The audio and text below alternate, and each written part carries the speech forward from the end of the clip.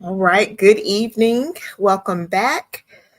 We are certainly happy that you have joined us today. This evening, we are live from the William J. Clinton Presidential Library. And this evening's program is another one of our panel discussions for lesser known stories of the civil rights movement and, of course, of desegregation. And so tonight we are hearing from the New Orleans 4 and the North Little Rock 6.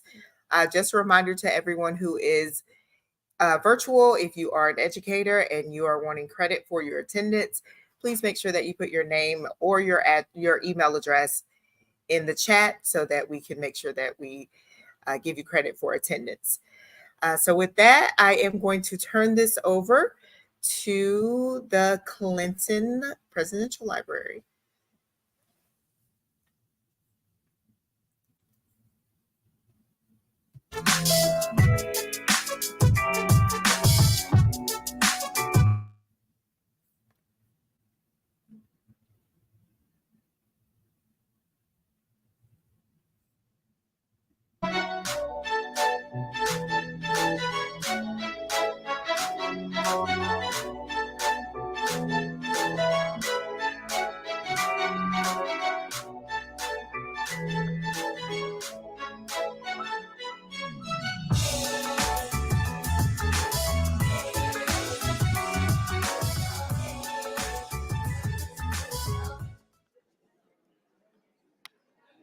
Good evening. Welcome to the Clinton Presidential Center. I'm Jay Barth, Director of the Clinton Presidential Library and Museum, and the Clinton Presidential Center presents event. This Clinton Presidential Center presents event is a collaboration between the Clinton Library, the Clinton Foundation, and the Clinton School of Public Service, three entities that find their home here on the campus of the Clinton Presidential Center. This event is also part of another week-long event taking place across multiple sites. That event commemorates and recognizes the 70th anniversary of the Brown v. Board decision, providing insights on the road to Brown, the decision itself, and its short-term and longer-term implications. The partners in that conference, in addition to the Clinton Presidential Library, are the Little Rock Central High National Historic Site, the Brown versus Board of Education National Historic Park, the Eisenhower Presidential Library and Museum, the United States Commission on Civil Rights, and StoryCorps. In particular, I want to thank Kathleen Pate, the education specialist here at the Clinton Library, for her many months of work on this event, and Denise Persons, our public affairs specialist, whom you'll hear from later, who's also been very important in this event. The goals of the event, of the week-long event, are both to provide insights to the public, but also to provide professional development for teachers to enhance their teaching of this important case and the desegregation era. We have 18 Arkansas teachers spending their week here at the Clinton Center to gain insights and to collaborate on how to best teach this material. Teachers, please raise your hands so we can show our appreciation for your dedication to teaching social studies in Arkansas. This is truly important work, and we thank you all for giving so much of your time that is so precious in the summer. Tomorrow, here at the Clinton Center, down in the Garden View Room on the first floor, starting at 10 a.m., there will be 4 events open to the public. A session highlighting the fascinating story of desegregation in Hoxie, Arkansas. Another noting the impact of the Brown decision on teachers. A third emphasizing the role of federal marshals in enforcing desegregation. And a final event starting at 6 p.m. that includes descendants of parties in 2 vital 19th century Supreme Court cases, the Dred Scott decision and Plessy v. Ferguson. Those descendants are actually deeply engaged in civil rights work today. And we promise that we will get you out in plenty of time to watch a certain presidential debate. On Friday morning, there will be a final virtual-only presentation on the unfinished agenda of Brown v. Board. Tonight, however, we will learn more about 2 desegregation stories that are lesser known, the stories of the Little Rock 6 and the New Orleans 4. For a full understanding of the Brown decision and its aftermath, we need to understand the more nuanced stories of desegregation in all sorts of communities across the region that stories like you'll hear this evening bring to light. I do want to read a letter about our participants this evening from the son of the man who argued the Brown decision. Thurgood Marshall Jr. worked in the Clinton White House in various roles, including assistant to the president and the White House cabinet secretary. And he writes, "This gathering to commemorate the 70th anniversary of the Supreme Court's decision in Brown v. Board of Education is another in a long line of compelling events organized by the Clinton Presidential Center in Little Rock. I find it especially gratifying that this event showcases the story of one of the pivotal moments in our nation's long struggle to live up to the ideals of equality and freedom for all, the battle to desegregate our public schools and give meaning to the fundamental right to a quality education for all Americans, regardless of race or ethnicity. This event showcases the remarkable stories of 3 individuals. Heading to her first grade classroom at McDonough number 19 in New Orleans was not the typical rite of passage for 6-year-old Gail Etienne. Her experience included a protective U.S. Marshals escort and an angry crowd of protesters hurling racist insults and violent comments at her. Gerald Persons and Richard Lindsay were high schoolers when they were blocked by white peers and shoved off the main steps when they tried to enter North Little Rock High School. Despite their importance, or perhaps because of it, we are in danger of losing these stories and their invaluable lessons as some community leaders seek to prevent African American history from being taught in our schools. Decades later, the courage of these 3 individuals serves as an eloquent guide in the continued struggle for recognition and reconciliation of past injustices. To all of you who have gathered on this occasion, I hope that these stories will inspire you to act, to become engaged, and to preserve and amplify these important pieces of history. As my father once said, quote, "Where you see wrong or inequality, speak out, because in this country, this is your democracy. Make it, protect it, pass it on." The heroes of the movement for my father and his colleagues were their clients, the people who had the courage to stand up and battle against inequality. It was never safe for those clients or their families, and they all endured immense hardship. We can and should seek to share the inspiring lessons of Gail Etienne, Gerald Persons, and Richard Lindsay. May we learn from their courage and speak out, stay involved, and never grow weary on the continued path to equality. Thurgood Marshall Jr. In the conversation ahead, you'll hear more about what our 3 guests have been up to since these events over 6 decades ago. Our moderator is someone who does not need an introduction to many of you. Pamela Smith, Executive Communications Director and Senior Advisor for the Little Rock School District, will moderate the panel. Since April 2012, she has guided internal and external communications, marketing, and public relations efforts at LRSD. Pamela is a 30-plus year communications veteran who's enjoyed a career that spans public relations, radio, television, broadcast, and print. Pamela, I'll let you take it away. Welcome, everyone. Thank you very much, Dr. Barth. Good evening. I cannot begin to tell you how excited and honored I am to be a part of this very timely and important conversation, and that we are able to bring together all under one roof these historic figures for such a time as this and such a conversation as this. As we commemorate and revisit the historic significance of the landmark Brown versus Board of Education decision, we want to take this opportunity to not only reflect, but to learn more about the often overlooked stories of desegregation that unfolded all across the country. Tonight, we will specifically explore the stories of the North Little Rock 6 and the New Orleans 4.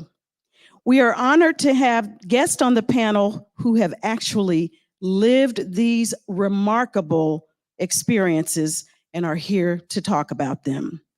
Who better to share these stories than these courageous individuals themselves? Join us as we delve into their personal journeys, the challenges they faced, and the lasting impact of their brave actions on our society. We're also very grateful to the Clinton Center, the Presidential Center Museum, for hosting this important conversation. Now, many of us know the story of the Little Rock Nine, but just across the river, and just days after the Nine began their historic struggle in 1957, a brave group of 6 students attempted to integrate or desegregate North Little Rock High. And as was the case for that day and time, they were, of course, met with resistance and hostility. 2 of them are with us this evening, Mr. Gerald Persons and Mr. Richard Lindsay.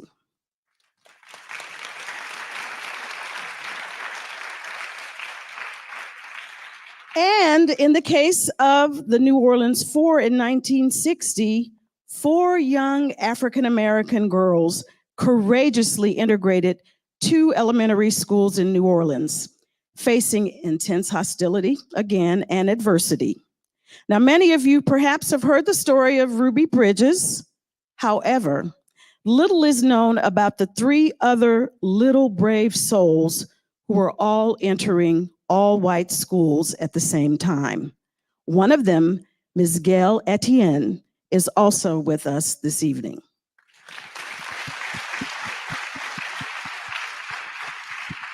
And we had the pleasure of visiting briefly before we came out this evening, and I shared that we are standing on the shoulders of giants. And Ms. Etienne said, "Who's the giant?" And of course, we all know that these wonderful individuals on stage are giants, and we do owe them a deep debt of gratitude. And I wish if you wouldn't mind indulging by giving them a nice round of applause.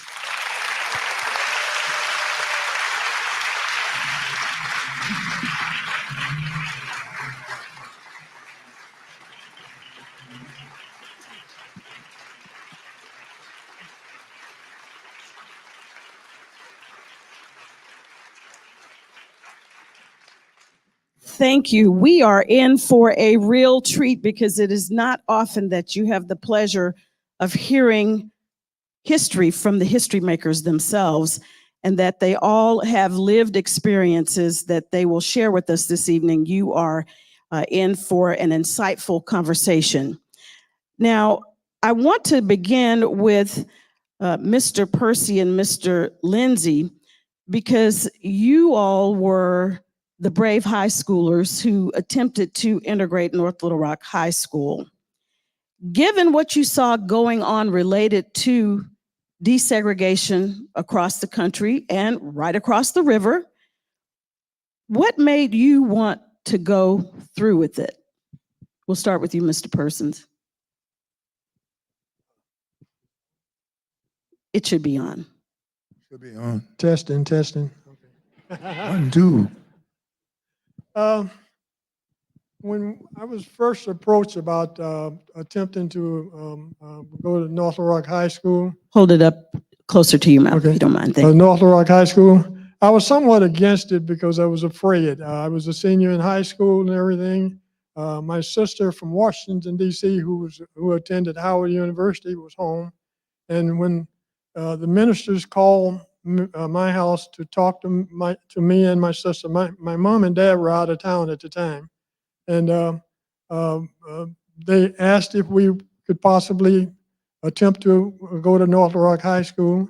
And my sister insisted, pushed me enough to let me know that it would be a good thing for not only me, but for society.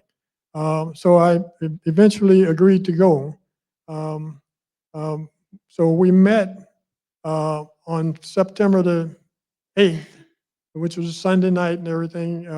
So we were going to attend school the next day. So four black ministers and 2 white ministers agreed to escort us to the school. And so we met the next morning, which was Monday morning, the first day of school. And we marched up to the school. We were only about 5 blocks from the school. We marched up to the school, and we turned to go up the steps and everything. And that's when we encountered resistance. And it was frightful. And we recall names that you can't imagine. And they pushed on us and shoved us back and everything and pushed us back down to the sidewalk. And then the superintendent of the school came out, wanted to escort us back up the steps, but the crowd wanted to make sure that we didn't get in there any kind of way. So they stopped him from trying to go, and he threatened for suspensions for some of the students, if they didn't get out of the way.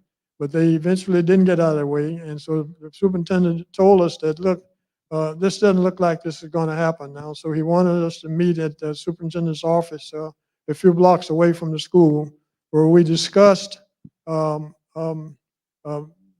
going there and going back to the all-black school, Jones High School, in the east end of North Little Rock. Now I want to back up just a second here, because North Little Rock High School was in the Military Heights. And the Military Heights, and I know you can't see this from here, but the Military Heights was an area like this. North Little Rock High was right on the corner. So it bordered Main Street, it bordered 22nd Street, Railroad Avenue, which is now I think is called Percy Mason, and what else we have here? Main Street, Second Street. Yeah. Anyway, that was the Military Heights. Now, the Military Heights was a black area, all black.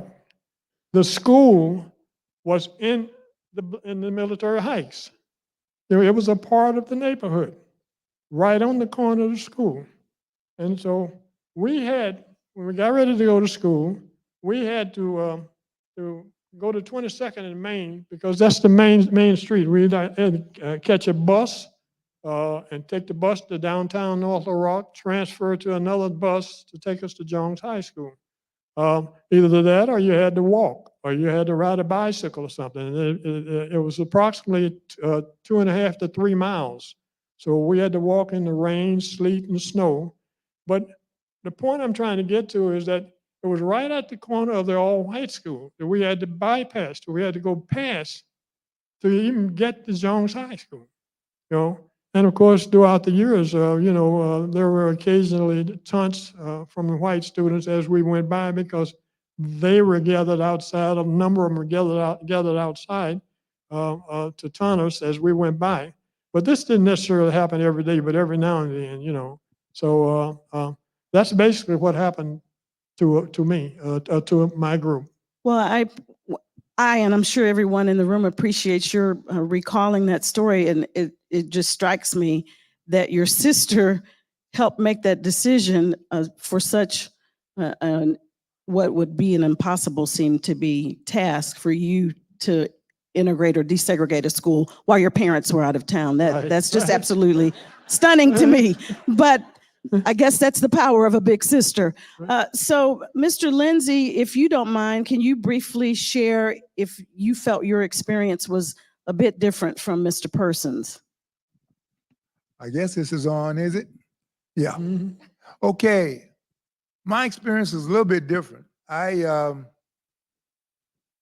The day before we were supposed to do this, the night before, I was at home with my aunt and we were sitting and talking and watching television. She get a phone call and this person on the phone asked her if I would be available to go somewhere in the morning. I had no idea what I heard. She was sitting over there with me and we were talking and I could hear her on the phone just as good. And all of a sudden she said, "Oh yeah, he can do it." And all of a sudden I wanted to know what they were talking about. She gets off the phone and she asked me, "What you wearing tomorrow?" And I said, "I just bought these brand new jeans. This is the first day of school. I got new jeans and new tennis. I'm ready." But so she said, "Well, don't wear them tennis. Wear your Sunday shoes and go over to Harold Jean and them house in the morning by 8 o'clock." So I didn't even think about it. I didn't know what she was talking about, and I didn't really care because she told me I was going, and that was good enough. So I got up and the next morning and I got dressed and I got ready. And by this time, she had already gone to work. My uncle, he go to work at 6 o'clock in the morning, so I fixed my own breakfast and stuff every morning, so I had no problem doing that.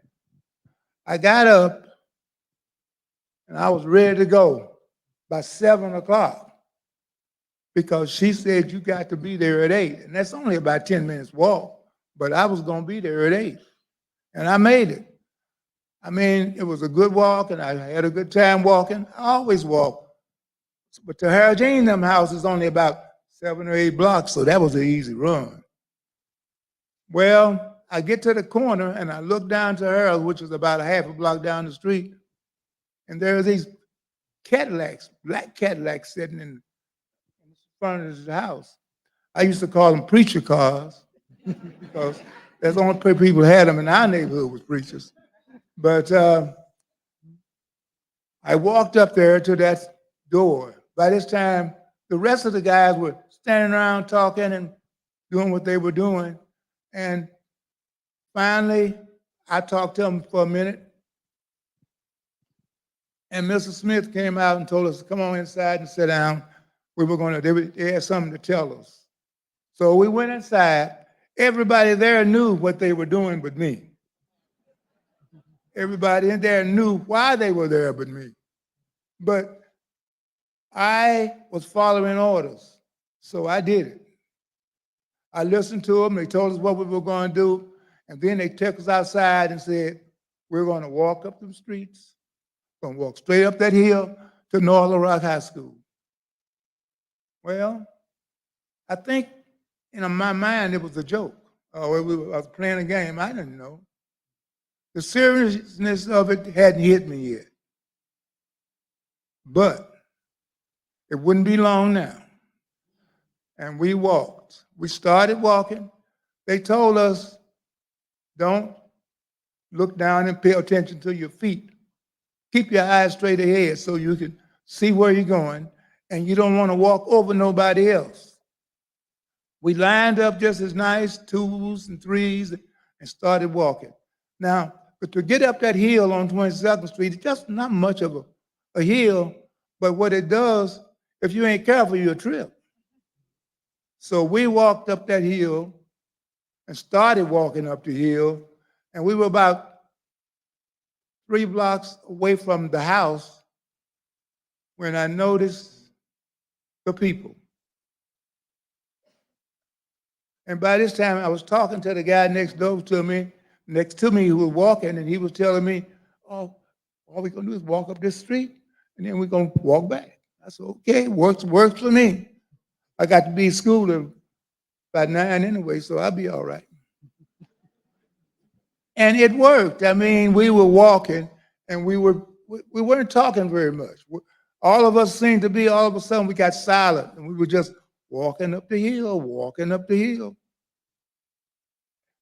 And all the while we were walking, people were walking down toward us, and they were all white people. We got about a block from the school, and that's when the name calling started. And that's when I guess I knew what was happening. The person I was walking with, I asked him something, and he said, "I guess we're gonna go into this school today. We're gonna change schools." Okay, I guess but I, like Gerald, I wanted to go back to Jones. Jones was like a haven. It was easy to get to, and I knew everybody. And the lady in the guidance office had told me at Jones that next year we're going to have a drama class, and you can learn how to act and do stuff like that. So, but you got to be here on the first day of school to do this because they're almost full. And I had to sign up on the first day. But right now, I was walking up this street with these people yelling at me and calling me names, and I didn't think about nothing, I guess, but watching where I was walking and watching what I was doing. Well, we appreciate your sharing that, and we'll get back to more of Okay, your I'm story. sorry. Because no, we want to hear it. But I really want to get to the part of the story where someone touched your neck. So Okay. stay tuned for that. For you, Miss Etienne, do you even feel like you were old enough to know what was going on? At 6 years old, I didn't know what was going on. My memory is a little different. My other sisters, Tessie and Leona, they remember that morning getting up. My day doesn't start for me until we're coming around. I'm in the car with the marshals. I'm coming around the corner, getting ready to get on the main street. And I saw this mass crowd of people that was screaming and hollering and calling us all kind of names. And there's one picture I'll never, ever forget. There was this pregnant lady on the neutral ground with a garbage can top. And I was wondering, what could I have done as a 6-year-old for to make them act the way they were acting? They were screaming and hollering and look as though if they could get to me, they would kill me. And I didn't know why. All I know is that I was going to a school. So we pulled up in front of school. We get out. The marshals come. I had one in the front. His name was Warren. He was my boyfriend. And they had the driver. He was an older guy. He was Rooster. So Warren was walking with me up the stairs, and Tessie and Leona, they were there also. They were going up the stairs. And when we got inside, it was like a foyer area. And we sat there, and that's when I met Tessie and Leona. And we all sat there for a while. And then the time got longer. It seems as though they didn't know what to do with us. So the three of us started playing hopscotch. We drew a hopscotch on the floor, and we started playing hopscotch. So we were there a couple of hours. And when they finally decided what they were going to do with us, they took us to the classroom.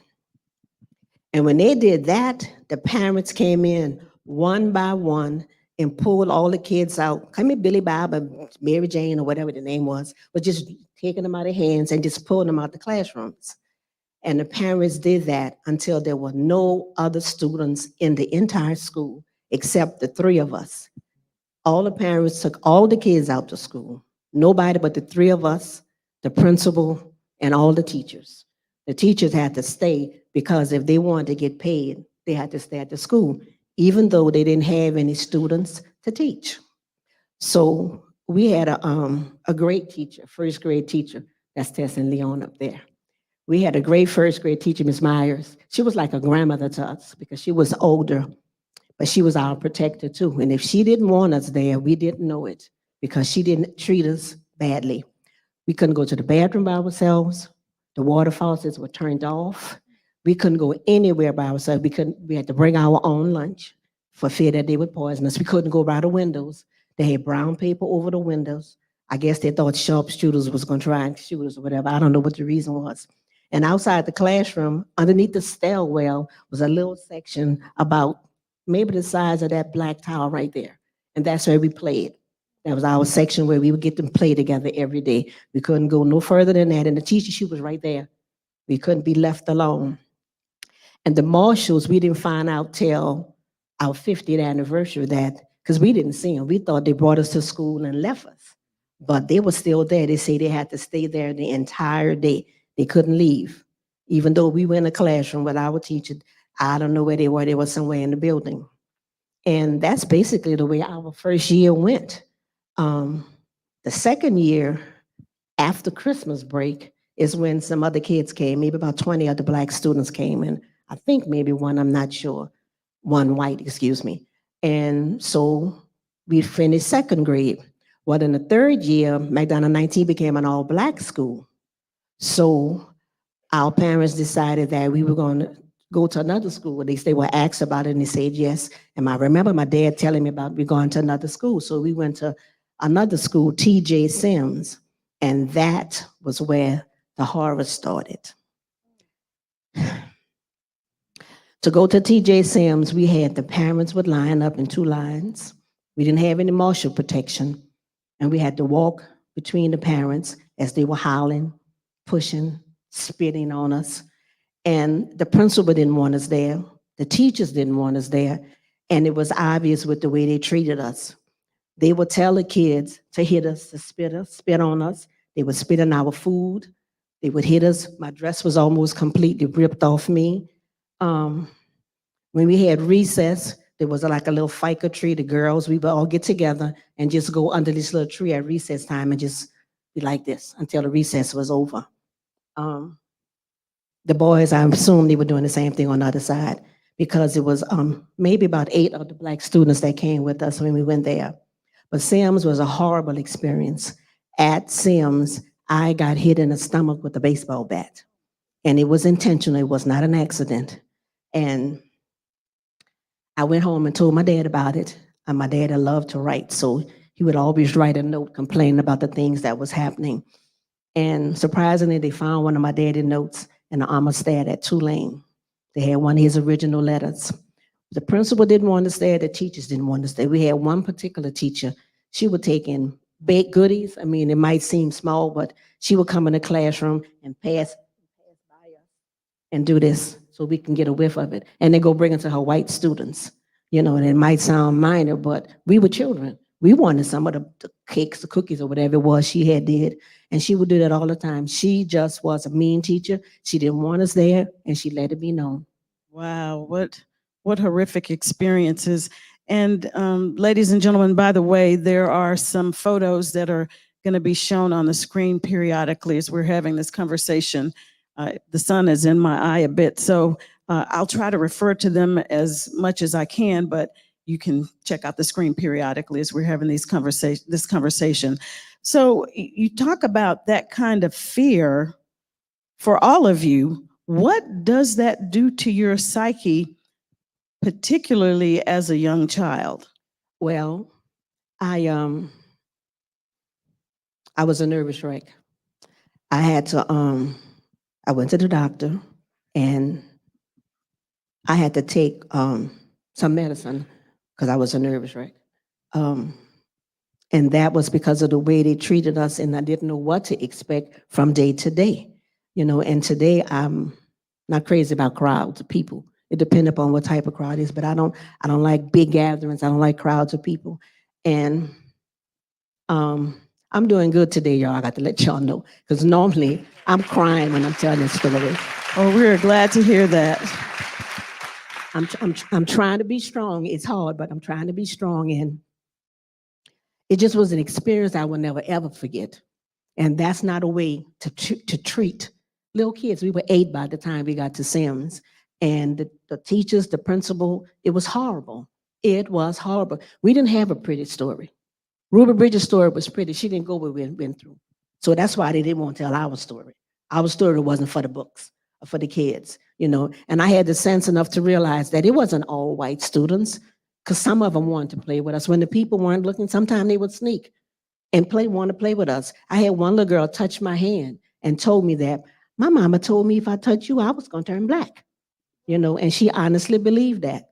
Before that happened, they had a white family in the neighborhood across the street. I used to go to their house and play with their daughter, and she would come to my house. But after that one day, it completely changed. There was no communication between us because I guess I was one of the little ends that went to the school, you know, so they didn't have anything to do with me after that. Wow, that is just horrible to hear. And you, Mr. Lindsay, you talked about how someone touched your neck, and share that story with our audience if you don't mind. Sure. Um, we had made it all the way up to the steps where you lead up to some more steps that goes into the school. And we were right at the mouth of that walkway. And by this time, I guess everybody got brave because the people that were standing across the street and down the street and on the corner, everybody seemed to gather right there in that spot as we were walking up that hill. And they were following us. And when we got to the top, there was a round flower bed, a thing right in the middle, but we walked around it. And just when I got to that side, the crowd came in on us, and there were people touching. We were actually touching. Wasn't any violent touching. They were just touching, I guess, trying to get by. And finally, I felt it. Somebody put their hand on my neck, and they just touched it barely. And I didn't look around. It didn't hurt or nothing, but it laid on my neck. And all I heard was, I just wanted to see how a nigger felt. But it wasn't violent. It didn't feel like they were trying to hurt me or anything. I guess they just wanted to feel. And I just kept on walking. I guess we had a rule: keep walking. Well, Long is as you this keep is walking- this photo of you? Right, that's me right there. And that's when we were making that. We just got up them steps and we were walking toward the main steps now. Wow, they get these pictures. What goes through your mind when you see these pictures? Oh, wow. Everything goes through your mind, I guess. I see people, but mostly I hear. I didn't feel anything, but I could hear people calling me names and things that they were saying. They sounded violent. Somebody said that there were 400 people out there. I told them it was 4,000 people out there. I know it. So I don't know. Go ahead, Mr. Persons. Oh, I'm sorry. No, we want to hear from you. Okay. Yeah.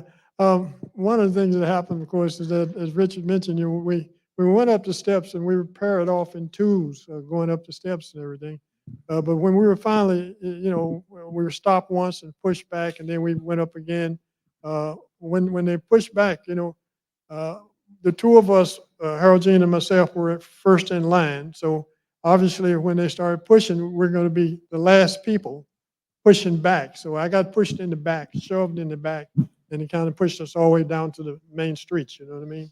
But one of the things I did want to mention that the newspaper put our addresses in the newspaper, and that was frightening. Yeah. And I've said this so many times, so I might be repeating myself here, but there was a torch lit to cover the neighborhood. In other words, up on the hill, you can look. If you lived in the Military Heights, which is an all-black area, everybody could see that torch. And of course, it's frightening because when you think of that, you think of the Ku Klux Klan, you see? And you said they could actually see it from the high school football. Yes, Field. they were having, the White High School was having a football game. And as I said, North Little Rock High was in a black neighborhood, whether, it was just on the edge of the black neighborhood, so when that cross was shown, the whole neighborhood, everybody saw it, including the thousands of people that were in the stands looking at it. And so it was quite fearful, and I guess it really took us quite a while to kind of get over that because we didn't know if we would be, our house would be bombed or be shot at, or because our address was in the phone, in the newspaper. And of course, every time we saw a white person come through the neighborhood, you get a little nervous because you don't We're know afraid. what's going to happen. I understand. So just by a show of your hands in the room, how many of you were familiar with these stories before tonight? How many were not familiar? Wow. That shows you that these are untold stories that were real, that happened, that impacted real families, real young people, and that you are here to tell us about them, and that you have weathered the storms all of these years. We are truly, truly grateful. Miss Pam, I have a story. Go right I just ahead. remembered, sitting up here, it reminds me of when Tess and Leon and I get together, the three of us talk, and it triggers memories of things you forgot. And when he said about the cross, it reminded me that one night, because we had the police was outside our house, there was an empty lot, and they were shining the lights on our houses, watching who was passing or whatever. So one night, my dad went outside, and then my mama went outside, and so I followed them. And I was standing, like leaning around the side of my daddy, trying to see what was going on, because it was my mom, my daddy, and then me peeping. Well, they had this black car in front of our door, and the police had came and they stopped the driver. I don't know if he stopped on his own or they stopped him, but when I got out there, the police was there, and they had this white guy, and they took him to the back of the car, and they opened up his trunk, or made him open up the trunk, or whatever, they got open. And inside the trunk, they took out this gun. To me, at 6 years old, however old I was, it looked like it was about that. I don't know how long it was, but it was a rifle, shotgun, or whatever. And they took the gun, they took the man, they put him in handcuffs, and they took him away. I guess a police officer, somebody took the call, but they took him to the police car and took him away. And I don't know what happened. I don't know if they told my dad, and my dad just didn't tell me. I don't know what happened, but I remember that happened. And that's the only thing I can remember other than getting dead birds or whatever in the mail. Some of our mail, our mail went through the NAACP, but some of it got skipped. And then I had one more experience when I went to high school. I went to high school, and it was a predominantly white school. And Leon and I were at that school. And one of the white guys went home, one of the white students rather, went home and got a gun, came back to the school, and shot one of our classmates in the neck. I never forget his name was Jules Mild. He shot him in the neck. And so he took and left and went home, and we didn't know it, but his parents took and put him on the first plane leaving, and he left town. So the black guys got together that day, and they were gonna do their best they can to retaliate. So they told us girls, don't y'all come to school tomorrow, y'all stay home. We, us being little nosy little girls, we wanted to know what was going on. So we said, we coming to school because we want to see, not knowing how bad it would be. So when I got to school and I'm opening up the cafeteria door, I had to duck because a chair was coming across my head. They had the teachers and they fighting with the students. The police were coming down the street. We were like 2 blocks from the police station. They were coming down, and they were coming in the cafeteria on horseback. That's how bad it was. The police was on horseback, the teachers was fighting, the students were fighting, and then that's where the locker room was too. In the cafeteria, you have your lockers. And it was crazy that day. And then one day I was catching the bus home from school, and they had a lady, an elder lady said, the police is always at that school, because it was always having fights and everything, and with the blacks and the whites. That was an experience going to that school also. There are things that happened to me during that time, to all three of us really, that I will never, ever forget. And I don't wish that experience on anybody, because it was not a good story. It wasn't a good experience. But I'm glad that I did it. You know, my dad was asked, Mr. 18, if you had to make that decision again, knowing what was going to happen to your child, because he didn't know in advance. And would you still make that decision? And my dad said, yes, I would, because it was something that needed to be done. And I pay my taxes just like everybody else. You know, my daughter was going to a school where they had the books with the pages missing or torn out, you know, old dilapidated big school. The elementary school I was at, my dad went there. You know, that's how old the school was. And he said, I pay my taxes, and she was entitled to go to whatever school she wanted, or I wanted to send her to. So, you know, then we've been asked the question, you know, if we would do it again. And all three of us said, yes, we'd go through it again because it needed to be done. Leona said we were the chosen ones. Absolutely. Absolutely. I was watching a video where one gentleman said that in the 50s, they were getting hand-me-down books from the 30s. So can you imagine trying to learn and be in a contemporaneous time for that period with 20-year-old books? Absolutely amazing. So what was going on at home while this was happening? What was the feeling in your household while these things were happening? We want to start with you, Mr. Person. Well, as I said earlier, when we attempted to go up there, my mom and dad wasn't in town. You know, so, But after, so after, but after. when they got back home and everything, they were a little nervous about what might happen because, you know, prejudice and hatred and everything was taking place, and we didn't know what was going to happen. As I said before, whites would drive through the neighborhood, and for some reason, blacks just didn't fight back, you know, as they should have. You know what I mean? So it was fearful, and I think it took probably about 4 to 6 months for us. We finally started feeling somewhat comfortable. You know. Well, in some instances, parents lost jobs Right. as their students were trying to desegregate schools. Did that happen to either of your families or any of your families? In my case, my dad had indicated that he didn't lose his job, but they just treated him different. And it took a while for that to die down. Mr. Lindsay? My aunt, she worked in households on Park Hill, and my uncle, he worked at the hospital. I'm sorry, can you put the microphone up a little okay. closer? Thank you. He worked at the Missouri Civic Hospital, and he also worked at Mirren Hotel Garage. So he was very seldom home. He only was home 2 or 3 hours a day. And they both had the kind of jobs that you don't lose that easy, if you know what I mean. And no, there were no jobs lost in my household. What about for you, Miss Etienne? Well, my dad and Tessie's dad work at the post office. And one day my dad said that at the time clock, they noticed a note up there. And it said that they knew that one of the in girls' daddy worked at the post office. And he wanted to know, I guess they knew that it was two. And he wanted to know the name of the girl's daddy. And he wanted somebody to tell him that. And these were the white guys standing like on one side. And my daddy said the black guys were standing on the other side, but behind them. And see the guy took and whispered in his ear, "We got your back, H," because they call my daddy H. "We got your back. Don't worry about it." So they didn't lose their jobs, but they had to worry about if the people, when they find out if there'll be any retaliation or anything to them.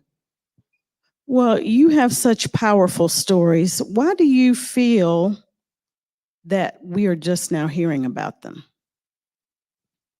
Well, as we mentioned earlier, Central High School over in Little Rock got all the publicity, and it kind of just drowned us out altogether. You know, there wasn't much in the papers about us after the incident. And Central High was blown up in the papers and the news, on TV and the news and across the country and everywhere. And so So it's a lot of people, even my age, wasn't really aware of what we had done. And even to this day, when my kids were in high school and everything, I would mention that we attempted to enter North Little Rock High, and they can't imagine why we couldn't. And anytime I start talking about it, and they say, "Hear Dad talking about that stuff again," you know what I mean? So they appeared to not have any interest, but now that they're grown, they understand what took place at that time, and they are now telling other people about what happened to their dad. That's awesome. And I understand that in 2019, Representative Jamie Scott, who's Senator-elect now, helped usher in a recognition for you at the state legislature. Where's Miss Senator-elect? There we are. Thank you. Thank you for helping to tell this very important story. I know this means a lot to you, Mr. Lindsay, because you have a personal connection. Personal is right. Granddaughter is correct, yes. And I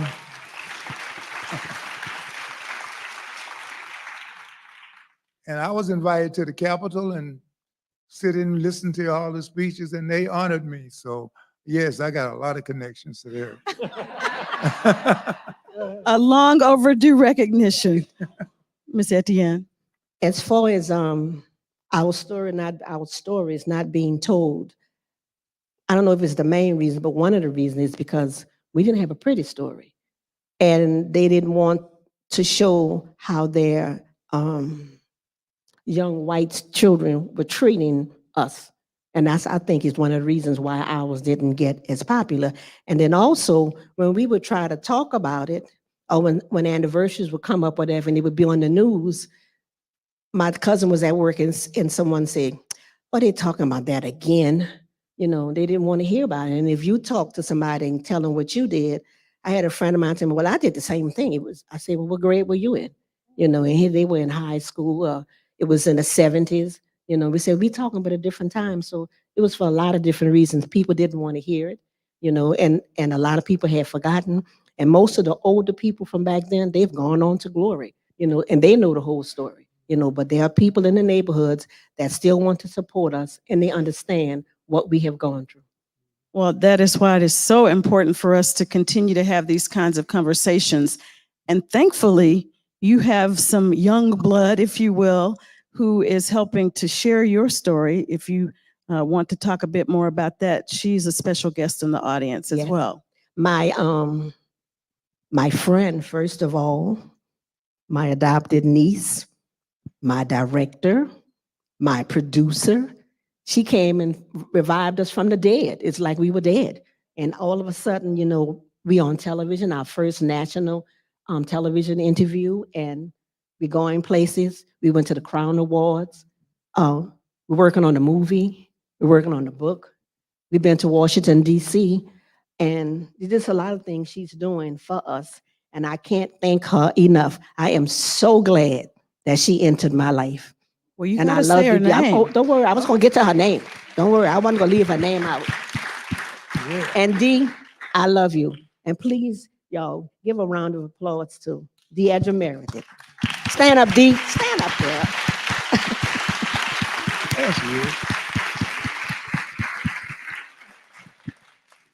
So we have a lot of policy decisions governing zoning, education, and race. And many believe that our public school systems today are just as segregated. What are your thoughts about that? White flight. When blacks go there, white flight. You can take Central High School as an example. They integrated Central High School. Now it's predominantly black. So that, I think, is, that's what's happening no matter where you go, particularly down south, Before I answer that question, there's one more thing I forgot to say. And Ms. Robin White was the first person in Arkansas that acknowledged us. She's not here today, but she was the first person to do that. And I thank her for that also. Her daughter's Her here. daughter, yeah, yeah. Miss Vicky and her Hatter, who's on the granddaughter. Yeah, Board of they're here. Education. Yeah, yeah. That's the granddaughter, yeah. Yeah. But as far as that, I agree with the white flight. It seems as though they just don't want to be in school together. The black and the white, they want to be separate. And Is I'm- it the students you think who want to be separate, or the parents who want their students to be separate? I think it's both, but it's probably more the parents. But I do think it's both. And you have some kids that, I hate to say it. I mean, it's in their bloods, and they're truly racist. I mean, I hate having to say that, but it's just a fact. They don't want to be together with blacks. They want to keep everything separate. And I've had people and friends of mine say, Miguel, why you don't hate all white people? And I say, well, I more than most have a lot of reason to, but I don't. I have a lot of white friends. I was telling them that recently a white guy, I work at the post office like my dad did, 25 years. I had one guy came up to me and told me, just all of a sudden he came up and said, I know what you did. And I looked at him and said, what I did. He said, I know who you are. And I said, oh. I wondered what's going on. And then so I said, well, what? You one of those little girls.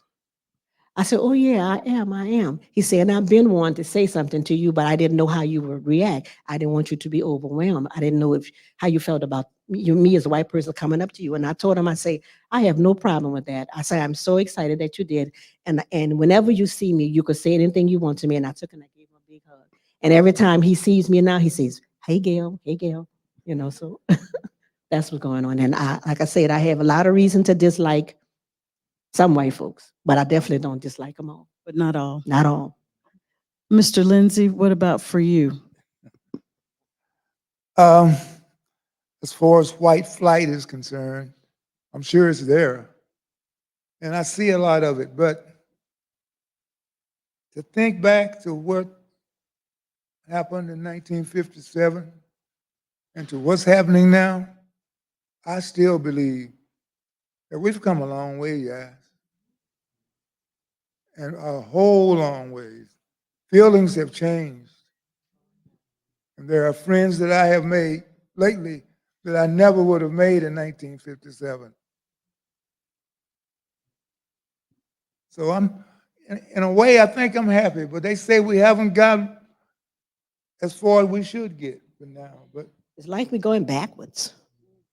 Yeah, it's like we're going backwards. Well, that is definitely a scary prospect, isn't it? For the young people in the room, because unfortunately we're almost out of time. Such a great conversation. Look at that innocent little face on the screen there. definitely that. Back then, they called me the wide-eyed girl. That's what they said, the wide-eyed girl. Beautiful, beautiful young girls. But for the young people who are in the room this evening, because a lot of times, as you already heard Mr. Persons allude, young people don't want to hear that story. So what can we do to keep the needle moving and moving in the right direction? Keep telling it. Keep telling the story. We keep on repeating it over and over again, and a lot of people made a lot of sacrifices for the things that we can appreciate today. These things that we appreciate, they weren't always available to us. So you got to keep on telling them, stress it more and more, and hopefully we can get some togetherness. Because I don't like it the way it is. I really don't. Hopefully we can get together as one. Thank you. One of the things I wanted to mention, in terms of trying to educate some of the children and everything, my granddaughter was in a junior high school? And it was Black History Month, and they wanted to talk about some hero, a Black hero, and she chose me to talk about, and she made an A. Yeah. As she should have. Yeah. And I was looking. because there was something specific I was going to ask you about having a great niece elected and serving on the Board of Education for North Little Rock School District. Now, all these years later. I live in California, and I've got nieces here in Little Rock and everything, and so I'm really not up to speed on that. So I really can't answer that. But Well, where having come this far, she's here. Having come, thank you very much for being here.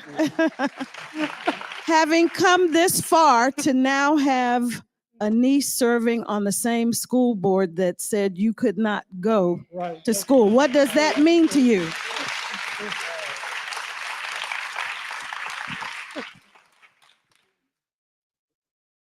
What does that mean to you to have a niece now serving on the school board? I'm very proud of that. Okay.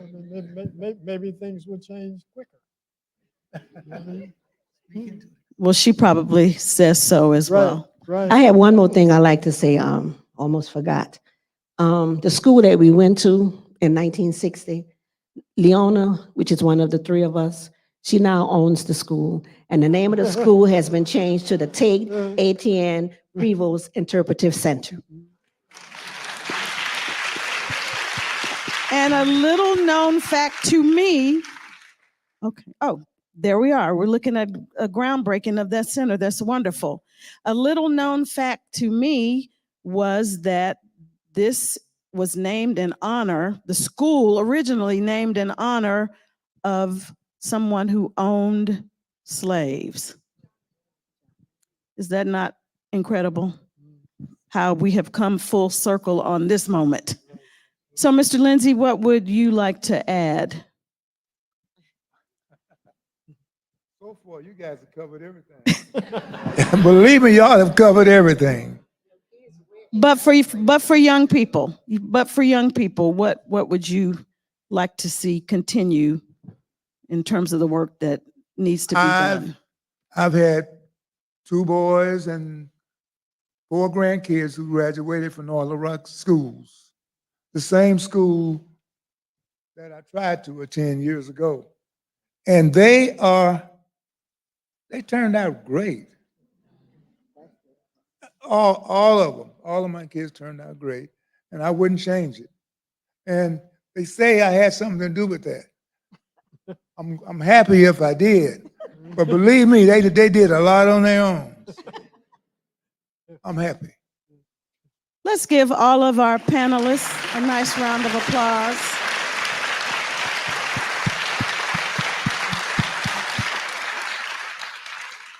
And I'm praying that you all are hopeful. I didn't get a chance to ask you that, but unfortunately we are out of time. We probably could be talking for another hour or two.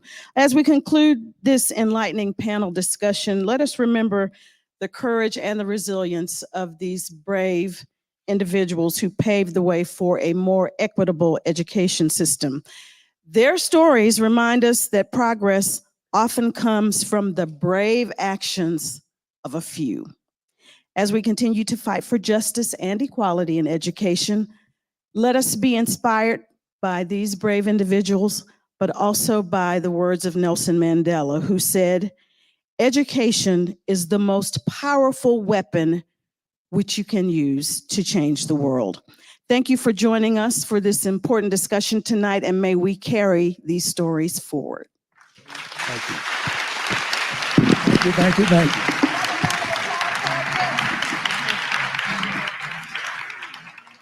Thank you.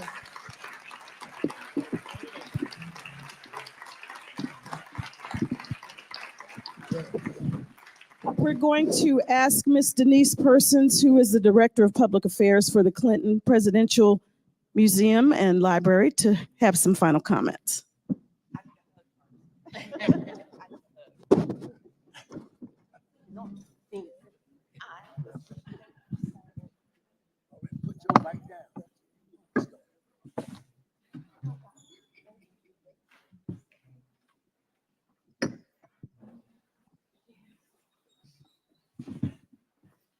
I tell you, the stories that they told this evening, it just tugged at my heart.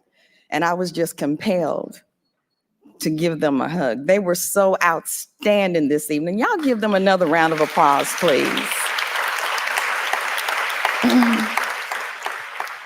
Again, my name is Denise Persons. I'm the Public Affairs Specialist here at the Clinton Library, and I am very, very, very proud to say that my Uncle Gerald is one of these unsung heroes. Thank you, Uncle Gerald.